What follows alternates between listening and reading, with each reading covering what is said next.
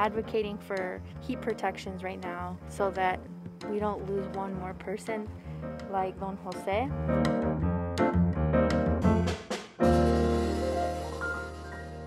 This is In the Loop. I'm Christian Bryant. This summer has been insanely hot. So hot that I've accepted the fact that I'm just gonna have a sweat rag on me until things let up. For many parts of the country and even around the globe, heat records have already been shattered.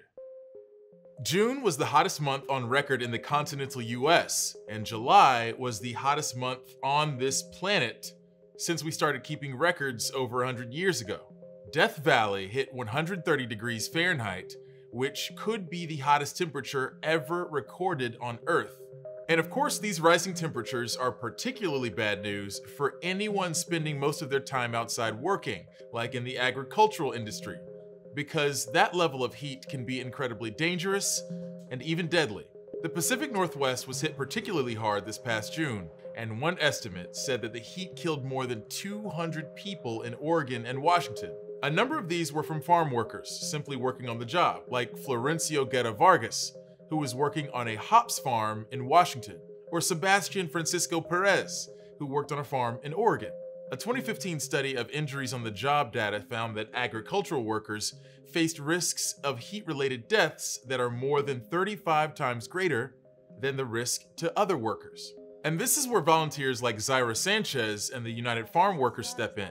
My name is Zaira Sanchez, and I'm the Emergency Relief Coordinator for the UFW Foundation. So our team is called the Emergency Relief Team, and we have been coordinating different events such as vaccine events, food distribution, and then PPE distribution as well. Volunteers with the United Farm Workers Foundation have been driving out to these farms in the region to distribute essentials like fresh water and smoke masks, as well as informational pamphlets on the dangers of heat.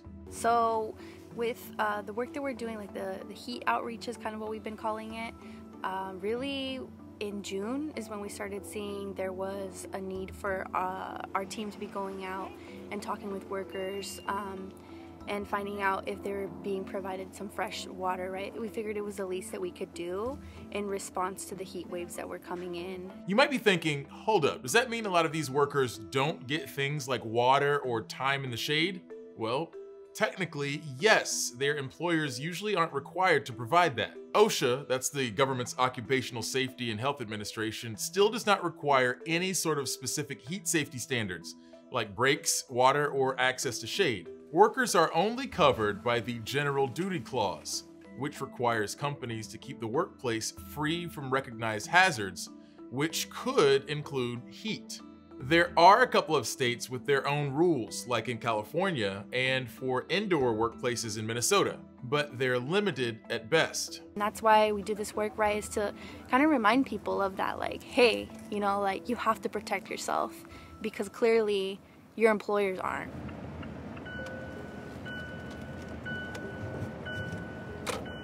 When we approached the orchard where the workers are at, we were immediately asked to go check into the office to get permission to be here.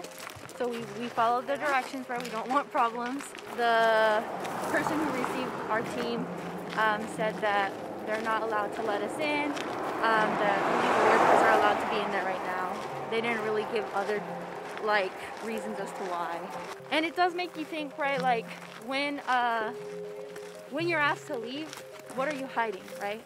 And so we just make note of that and try to come back another time, maybe more incognito, so that we could get in. Part of the issue out here in Washington is we don't have access rights.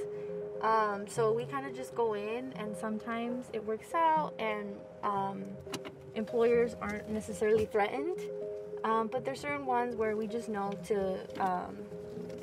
we know that it might be a more aggressive interaction. In an effort to give workers some kind of protection against heat exhaustion, Oregon and Washington instituted temporary emergency rules this summer in response to the heat wave, rules that are similar to California's permanent rules. In Washington, when we hit 100 degrees, the emergency rules that are triggered are shade, water, and breaks. So basically, shade structures must be provided, and then every 2 hours, 10-minute breaks need to be provided once it gets that hot. That's one thing that we're striving for, is for the permanent rules. We're talking about not just laws, but just basic human rights. This right here is a photo in memory of Jose Cortez Avila, who is a farm worker from Wapato who passed away just last month. And so this is an example of why we do the work that we do, because we're advocating for heat protections right now, permanent heat protections, so that we don't lose one more person like Don Jose in the state of Washington. The CDC has been warning against extreme heat for a while, all the way back to the mid-70s. They've updated their recommendations in the last couple of years, but it seems to have largely gone ignored. Time will tell if that's about to change. It's not just about the work. Like, we are literally fighting for these rights to save people's lives, right? Because they matter. Buenos días. Buenos días. Ay, gracias, Briseida. Qué bien, eso me faltaba. Gracias, eh? So I think we are making progress, but it's late. You know, these are not new issues. Heat is not a new issue. It shouldn't take a worker passing away for legislators or the governors to respond to the heat crisis that we've been experiencing. It's clear how dire this problem already is, but one thing I'm wondering is, how can legislators respond to the heat crisis? And why, if the CDC was studying this decades ago, has OSHA still not passed requirements for workplaces? To understand this holdup, I spoke with worker and safety advocate Julie Fulcher at Public Citizen to learn more. Here to talk to us a bit more about this is Julie Fulcher from Public Citizen. Julie, first and foremost, thank you for joining us. We love having people on the show to really give us their expertise. I'm really curious to know, why doesn't OSHA have heat standards to protect workers who operate in really hot conditions? Well, that's kind of the million-dollar question.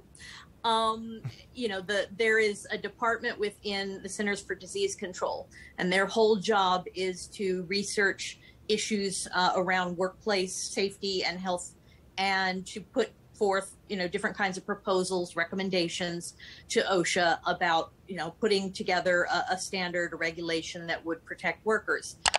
They first put forth their recommendations to OSHA in 1972. So it's been 50 years.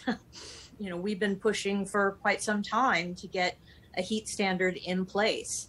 And it's not that OSHA has a lack of interest. It's largely that creating a standard is such an arduous process that it takes a lot of person power that OSHA really just doesn't have. They are a poorly underfunded segment of the government, and really can't work on more than one thing at a time. So heat has never been the one that kind of rose to the surface as the priority issue for them to write a standard on. I mean, how many people are falling victim to heat stress or heat-related illnesses? I'm kind of curious to know, as a way of getting a scope of this issue, how many people are dying from heat stress? And is this information that's hard to track? In the workplace, it is difficult to track. Hopefully we're getting better at it. But even so, when you get a heat stress death, essentially, what's happening is your body systems are breaking down. They can't handle the overheating. So what ends up being your actual cause of death is going to be something like your kidneys fail, or you have a heart attack. But it really comes down to employer reporting. And so if employers aren't both educated on, how to identify it and encouraged to actually report it when it occurs, especially in industries where there are perhaps a high number of immigrants or even a high number of undocumented workers, those kinds of reporting tends to go under the radar. I'm curious to know, how exactly does climate change impact or have the potential to impact heat standards? We've seen in the past few years, just really dramatic evidence of climate change. And one of the biggest impacts is heat waves. We're having more heat waves. They are hotter. They last longer. And those heat waves are the real killers when it comes to heat stress, largely because, you know, you're not used to working under those kinds of hot conditions. And they, you know, kind of catch you off guard and your body's not ready to do it. Considering how long it takes for OSHA to actually implement heat standards, not because of an unwillingness to do so, but because of the issues you laid out before, by the time they actually go into effect, will OSHA be dealing with a moving target of sorts? I mean, you can create a standard. There is scientific backing on how heat affects the body. And there are sort of, you know, scientific cutoffs that have been recommended from the Centers for Disease Control that really are something that would apply whether it's getting hotter out or not. More often than you're going to have to alter the kind of work environment that's happening in order to keep people safe. But the standards themselves shouldn't change. There is an option for OSHA to create an emergency temporary standard. It would last for 6 months, and it would give them time to work on a permanent standard. And Washington and Oregon were forced to create their own emergency temporary standards after the June heat wave, because there wasn't a federal standard in place. And so the federal government really needs to do this so that all states have something in place when something like that happens to them and their employers are ready and prepared to protect workers. Julie Fulcher from Public Citizen, thank you so much for your time and your expertise. All right, gang, we're going to take a quick break. When you're back, we'll tell you more about how the pandemic has impacted literacy rates among younger students.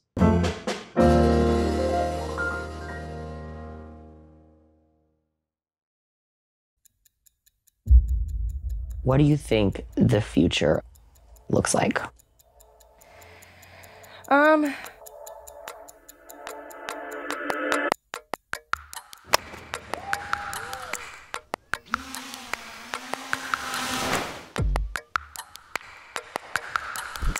We see the storms getting worse.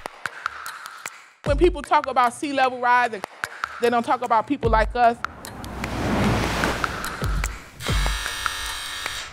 Good afternoon, gentlemen. The bad news is you're in prison. The good news is it's not like no prison you've been to before. More people are coming into VR every day. We are at the absolute dawn of this, of seeing where this goes. Welcome to the virtual world. Thanks, Donna. Are we in a killer robots arms race right now? Warfare is getting faster and faster. It's massive, the impact it would have on the future.